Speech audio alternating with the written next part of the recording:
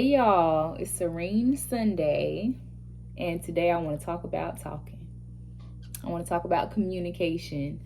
Um, I've been receiving heavy revelations about communication this year. And one of the revelations was a lot of my relationships, still relationships, friendships, business-ships, whatever ship, could have still been intact if emotions, if thoughts were effectively communicated. And sometimes we think as adults that we are communicating well because we're just saying something, because we are acting off of emotion. And however it comes out, it's just how it comes out. Point blank, period. But I realized that communication requires vulnerability. It requires discipline. It requires discernment. When we communicate, it's like we are our own lawyers, right? And we are the defense attorneys for ourselves. And we are just trying to express why we feel the way we feel about a certain situation and why you should understand it. Not realizing that there's a whole nother person on the other side of this conversation who deals with things just like us. And so I also realized that it requires understanding on both parts. Understanding not only yourself and how you are wired and your trauma and where your trauma comes from, but understanding that the person has to understand themselves as well, and that we should have the patience to try to at least understand them too, and vice versa. And so everybody wants to be understood, but nobody wants to understand, because like I said, all we know is our trauma, but we don't even understand the depths of our trauma. And that pride and ego is so wrapped up in our conversations that we are not even vulnerable with the people that we need to be vulnerable with. If these are the people that we say we trust and love, then this should be a safe space for us to be vulnerable. But we don't even know how to be that, because the last time we were vulnerable, we got hurt real bad. The person tried to play us real bad. And so as you continuously go through situations where people try to play you, then it just causes you to, or influences you to, keep your guard up. And so now you feel entitled to have that guard up, because it's like, man, I really had my guard down in the situation before, and they really hurt me, and they really harmed me. And so now I just feel like I don't need to do this with anybody else. And you've only ever experienced this with two people. But you see the power of relationships. It was only two people. There's like a billion people, gazillion people in the world. Everybody is not like that.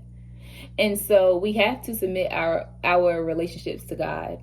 One, we have to submit our relationships to God, because, we don't even take the time to be vulnerable with ourselves.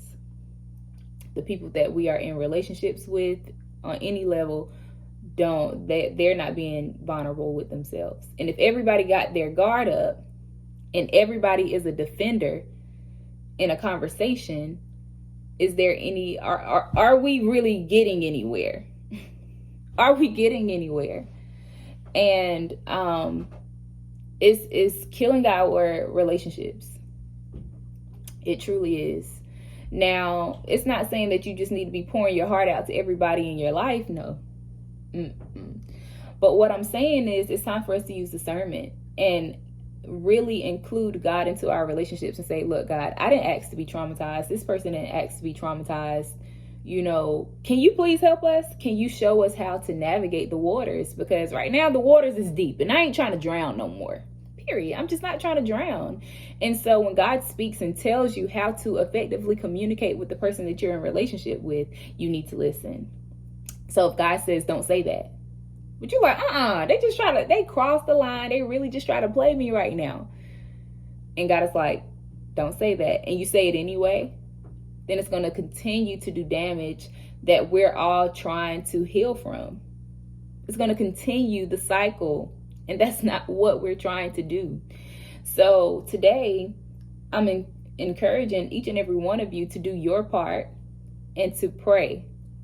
Do your part in communication. Do your part in listening. Like, actually listen. That has been a big thing for me this year. God, teach me how to be a great listener, because I know how to talk and I know how to express myself. God, can you teach me how to listen? Because sometimes I'm just like, I really didn't hear at all what that person said.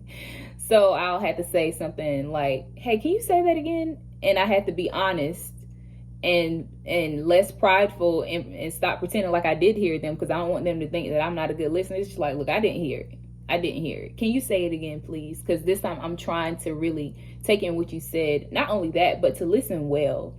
So sometimes we listen based upon our traumas.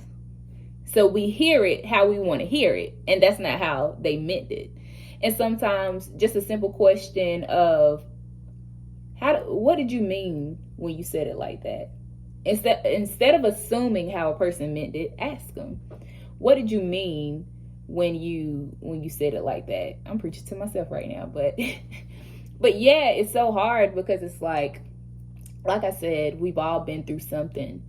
And we would like to think, because we've overcame a lot of situations, that we have done the proper healing, but we haven't. And because we haven't done the proper healing, now it's showing up in our conversations. And like I said, just because, well, I don't know if I said this, but you just projecting your feelings is not effective communication. And more than likely, you're just doing it off of the urge of this strong feeling that you're feeling, but you're still not being vulnerable. You can move off of your emotions and say whatever and still not being vulnerable. For example, let's just say I'm getting into an argument with my boyfriend that I don't have. Let's just say you're getting into an argument, right? And he says something along the lines of, I'm not giving you, or, hey, I'm not, I don't know. But let's just say we are in an argument and he says something, and then I flip and I'm just like, you ain't I can't stand you, all you want to do is leave me, you. So someone who has dealt with abandonment issues, and you heard where I said in between, all you gonna do is leave me, you that's what you want to do, go do it, and so we'll say, I communicated how I felt, but you really didn't. Effective communication is, hey, I'm a person that deals with serious abandonment issues, and this is not something that I necessarily want to hold on to. But when you do this in this way, I'm not saying that you're responsible for my triggers or my trauma. However, when you do this in this way, this is what causes me to respond in this way. And that is why I responded in that way. It's not because I want you to leave me. It's not because it's not because I really don't need you. That was just the best thing for me to say to protect myself. And that's all we're trying to do in communication nowadays, is protect ourselves. When really love, it should be a place where we are protecting one another. We should be protecting one another. So I feel like when we can figure out where the root is coming from, our trauma, how it has affected us, our wiring, how we are wired and how we perceive things, and then take some time to better understand the person on the other side, all of this, submitting their relationship to God, then I feel like our relationships, I know for a fact that our relationships will be better. I'm learning as I get older what it means to, cast all your cares on God, or what it really means to live a godly life. We think it's just going to church every day, 5 days a week. We think it's the tithing. We think it's, just making sure we cross every T and dot every I. And sometimes it's just surrendering and constantly understanding that we are fragile creatures and we have gone through a lot, and it needs a higher power to be submitted. It needs to be submitted to a higher power so we can learn how to navigate through the waters, because we don't want to drown again. But guess what? He's going to teach us how to swim. So yeah, thank y'all. Happy Sunday, and I'll see y'all next week. Bye.